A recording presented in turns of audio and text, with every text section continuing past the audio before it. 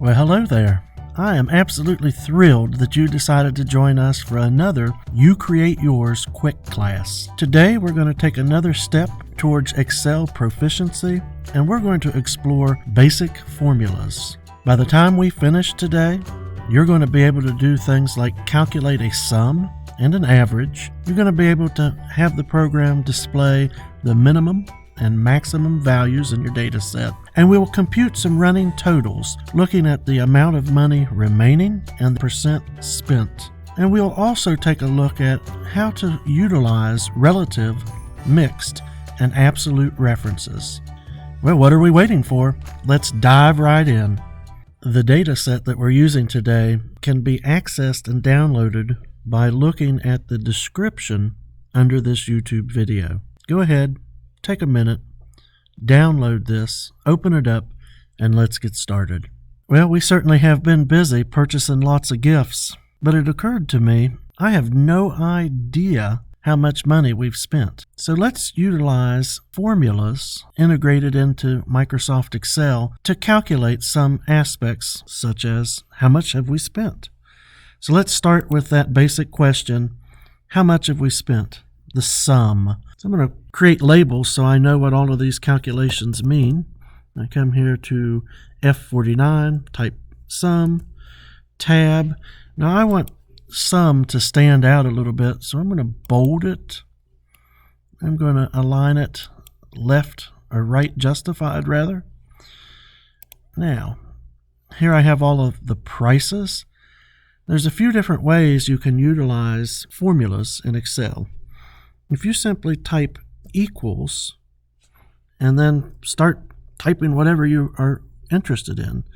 For example, in this case, sum. So let's type sum. And look, as I begin to type, various formulas start to populate.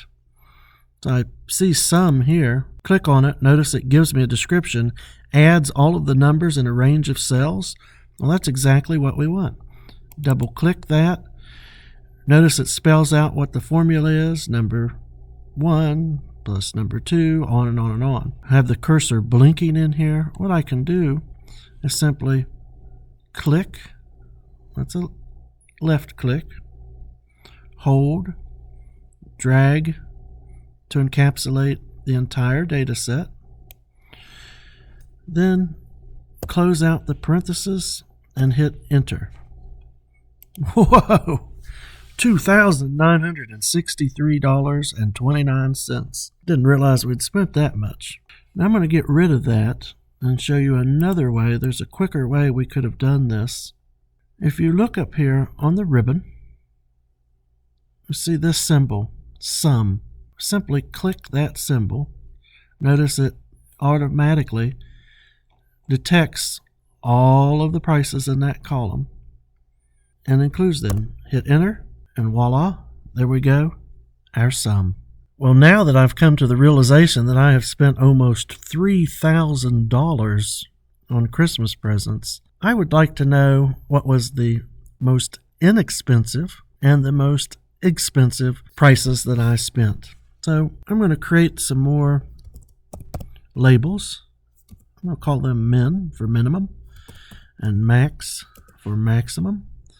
I'm going to do like I did for the sum title, going to right justify them, bold them, and then I want to figure out the min and max, so I'm going to go ahead, remember when we hit equals, I want to know if it will give me the min. Oh, check it out there, min. Let's click here, returns the smallest number in a set of values. That's what we want. Double click. Do not select the sum because that's a calculated variable derived from our prices. So we want to select click, hold, drag across all of the gifts that we purchased. Close out the parenthesis and hit enter. Okay, so the minimum gift price that we spent was $1.58. Let's see if we can do the same thing for maximum. But let's try a different technique. Instead of hitting equals and exploring what options are available to us, come up here to this figure that shows us sum. Notice there's an downward facing arrow beside that.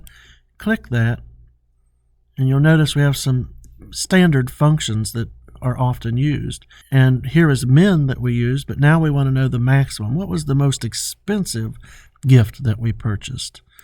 Click max. Now notice here, it went through and also grabbed these two calculated values. We don't want to do that. But notice here, when I mouse over the corner of this series that's selected, I can click, hold, and exclude those two. Now I'll hit enter. And now we see that we have spent $2,963.29, and the prices for our gifts ranged from $1.58 to a whopping $385.39. While we're at it, now that we know the total that we have spent, the minimum and maximum values on gifts we've spent, let's go ahead and take a look at what was the average price per gift. So I'm going to create a title for that so I know what I'm looking at whenever I look at this.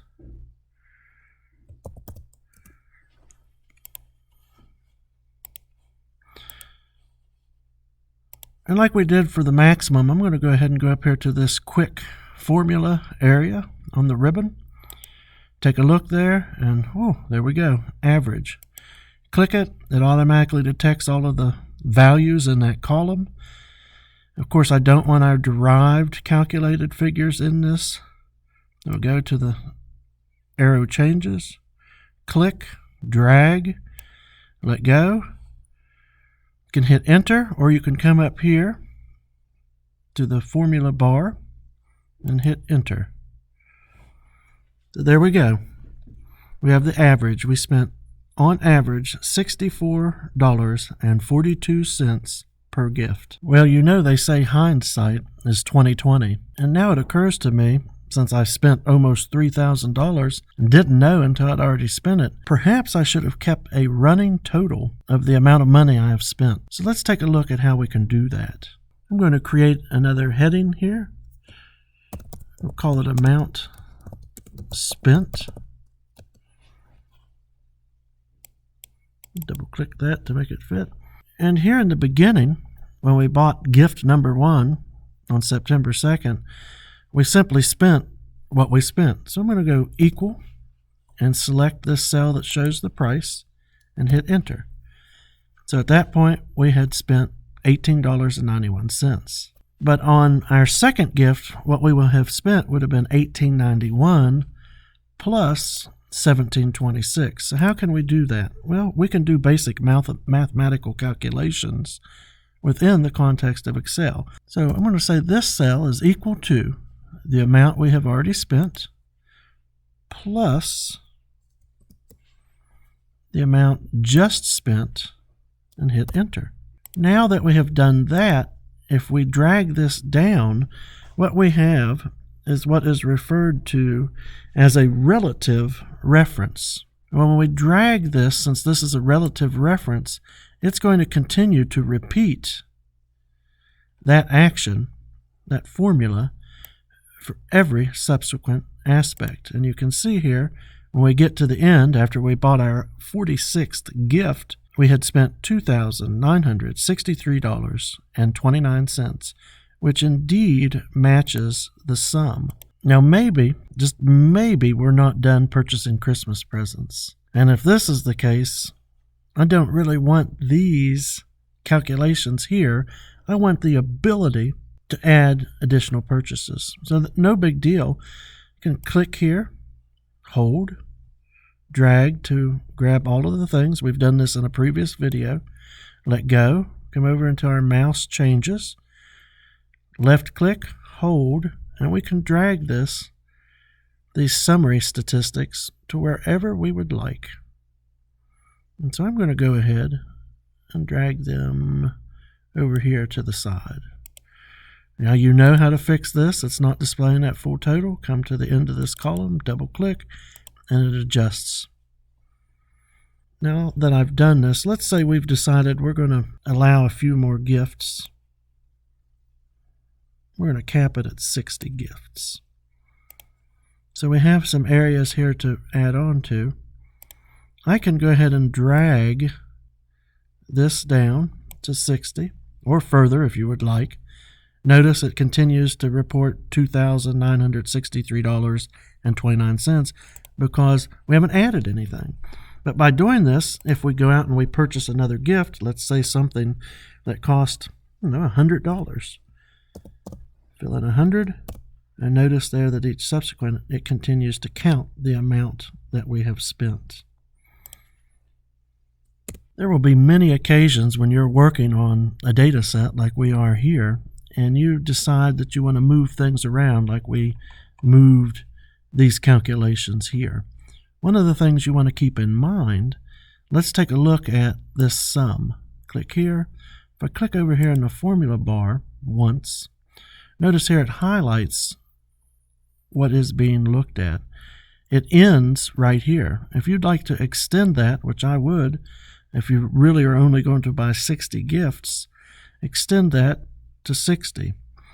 If you might go beyond that, what I would recommend doing, drag it way down. So I'll just drag it here to 111. I certainly don't think I'm going to extend past 111 gifts. And hit enter. The maximum, we want to adjust each of these. Notice it ends here. Let's go ahead and drag it down to at least 60, but I'm going to go ahead, in case we have more, and drag it down to at least 111. And then the average, we want to do the same thing. Click, drag to at least 111, or wherever you want. If you think you're going to buy 1,000, drag it to 1,000. Enter. And now, as we come in here and we add additional things, it'll continue to calculate the proper statistics for our prices. Perhaps I should have set a budget, especially considering that I've spent almost $3,000 and didn't even realize I'd done so. I'm going to move up to the top. I'm going to create a title like I've done for my others. Call it budget. I also want it to appear like my other titles, so I will write a line, bold. Now, one thing I notice here is it seems like this font is formatted a little differently than the others. Look up here and see this is Calibri 11. I'm going to come here to my other parts, Arial 11, Arial 11, Arial 11. How did that happen? Well, not certain, but an easy way to fix this. Come to the corner of your sheet, click. Notice it highlights the entire sheet. If you want it to be Arial, Arial, it's already set at 11. And now that everything in that sheet will be formatted that way. Budget, let's call it $3,500. Put that in there, but we need to format that as currency. And there we go. So let's take a look at the amount we have remaining. That doesn't fit, so I'm going to come to the edge of the column, double click. Now it fits. The amount remaining, I want this to be a running total, so this is going to be equal to our budget minus the amount we spent. Boom. Now, what happens if we copy this down?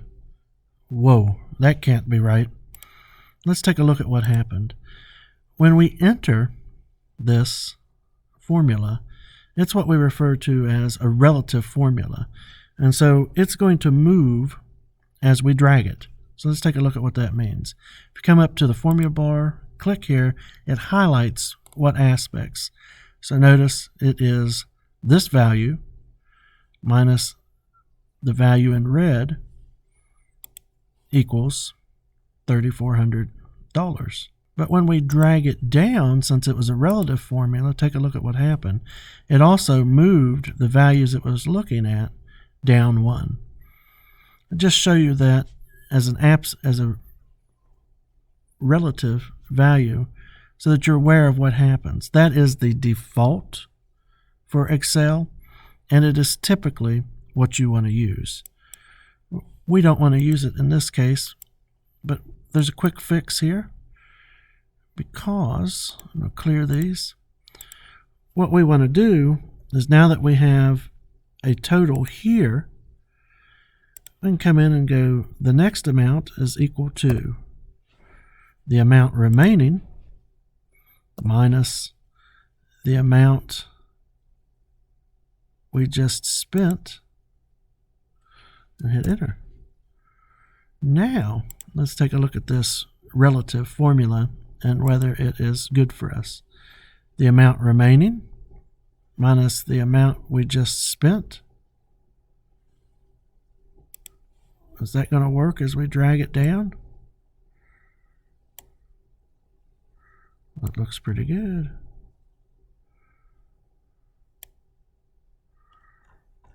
Now, why did that work?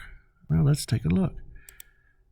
As we come down to each one, it goes up and references the previous amount remaining minus what you spent. Come down one more. So the relative works in this case, the previous amount remaining minus the amount spent. So you can drag that down as far as you like it. And notice, since these values don't change, it doesn't change here. Now, of course, let's take a look. What if we go out and we spend $536?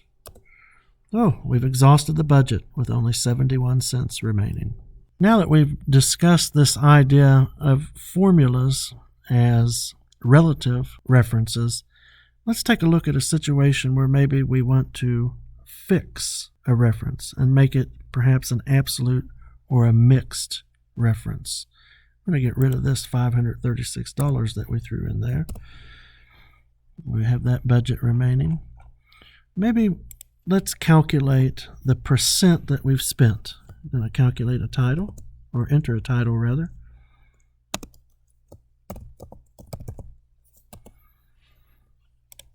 Bold.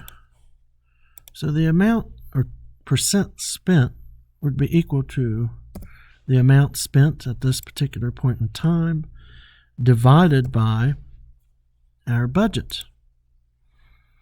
Now, if we really want it to come out as a percentage, what we're going to have to do is modify this a little bit. I'm going to come up here to the formula bar, add parenthesis so that it treats this as one action. Once it takes the amount spent and divides it by the budget, we want to multiply that by 100 so that it comes out in a percent format. So after this first purchase, we have spent roughly 0.5% of our budget. Now, I don't want to let that stretch out, so I come up here to the ribbon. See this number group, decrease the decimal. Let's just change that to 0.5 or tenths place. Let's go ahead and center the alignment, the percent spent. Now, what happens as we drag this down? We have a reference that is not absolute. It's relative. So notice here we get, not too surprisingly, as we drug that down, it came here to the amount spent, which we did want to know the amount spent, but it moved this. We want that to always be dividing by our total budget. So let's go ahead and close this out. Let's get rid of this. Let's just clear this.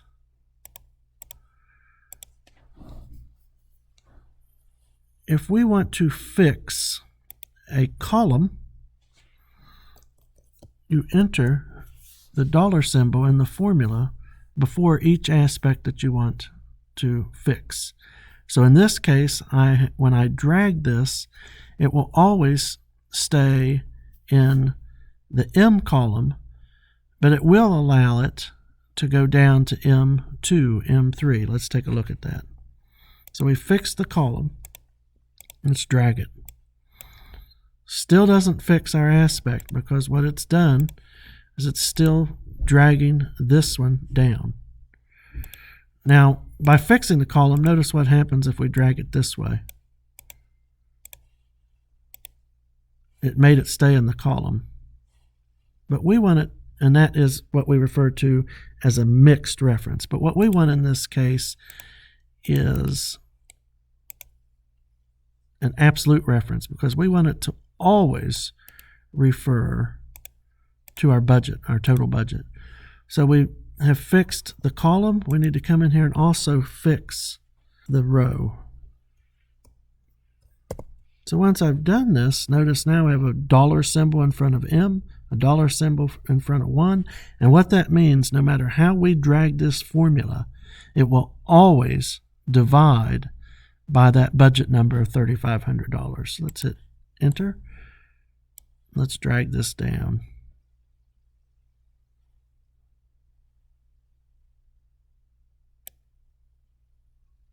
And there you can see. Here's the point where we'd spent 37% of our budget. And where we're at now, we've exhausted 84.7% of our budget. Let's go ahead and test this. We have remaining $536.71. Let's plug it in. $536.71. Let's see what happens. You can see here we've spent a total of $3,500. We have $0 remaining, and the percent spent, 100%. Well, great work there, friend.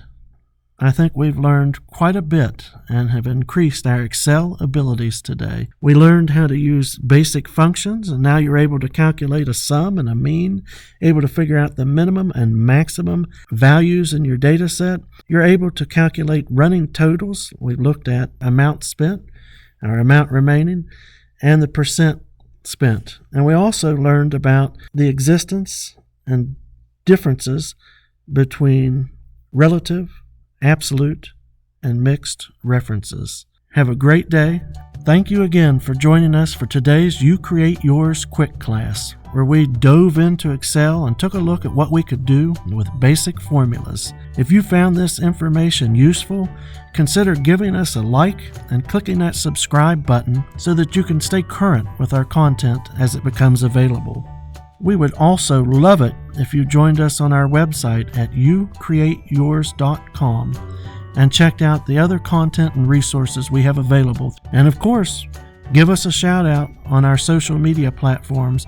We look forward to interacting with you.